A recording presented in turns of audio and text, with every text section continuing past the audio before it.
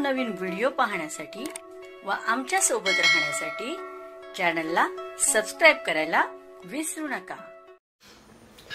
तर बघा काय बातमी आहे, सरकारने लवकरच 8वा वेतन आयोग लागू करण्याच्या तयारीत असल्याची चर्चा जोर धरू लागली आहे। त्यामुळे सरकारी कर्मचाऱ्यांच्या पगारात मोठी वाढ होण्याची शक्यता आहे।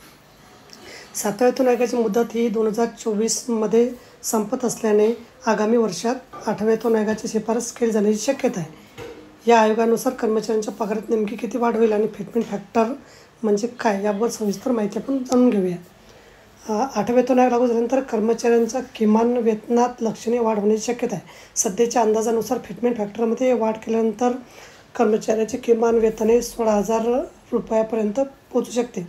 यापूर्वी 7व्या वेतन आयोगात फिटमेंट फॅक्टर 2.57 पट देण्यात आला होता। त्यामुळे कर्मचाऱ्यांच्या पगारात 18.29% वाढ झाली होती आणि किमान वेतन 18,000 रुपये झालं होतं। फिटमेंट फॅक्टर सरकारी कर्मचाऱ्यांचं मूळ वेतन निश्चित करण्यासाठी वापरला जाणारा एक महत्त्वाचा घटक आहे।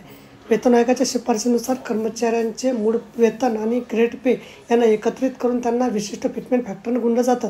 त्यामुळे नवीन मूळ वेतन निश्चित होतं। उदाहरणार्थ जर तुमचा मूळ पगार 10,000 रुपये असला आणि फिटमेंट फॅक्टर 2.57 असेल तर तुमचं नवीन मूळ वेतन हे 25,700 रुपये होईल। हा फॅक्टर पगारातील असमानता दूर करण्यासाठी आणि सर्वांना समान वेतन वृद्धी देण्यासाठी वापरला जातो। प्रत्येक वेतन आयोगात फिटमेंट फॅक्टर कसा होता बघा। 6व्या वेतन आयोगात फिटमेंट फॅक्टर 1.86 पट होता। 7व्या वेतन आयोगात फिटमेंट फॅक्टर 2.57% पट होता। 8व्या वेतन आयोगात लागू झाला तर फिटमेंट फॅक्टरमध्ये वाढ होण्याची शक्यता आहे। त्यामुळे पगारात मोठी वाढ होईल। महागाई बदलल्याने कर्मचाऱ्यांचे जीवनमान टिकवणं कठीण होत आहे। त्यामुळे नवीन वेतन आयोगाची मागणी सातत्याने केली जाते जेणेकरून कर्मचाऱ्यांचं वेतन महागाईशी जुळवून घेता येईल। तर बघा अशा प्रकारे अत्यंत महत्त्वाची माहिती आपल्याला समजली असेल। व्हिडिओ सुद्धा आवडल्यास लाईक करा, शेअर करायला विसरू नका। धन्यवाद।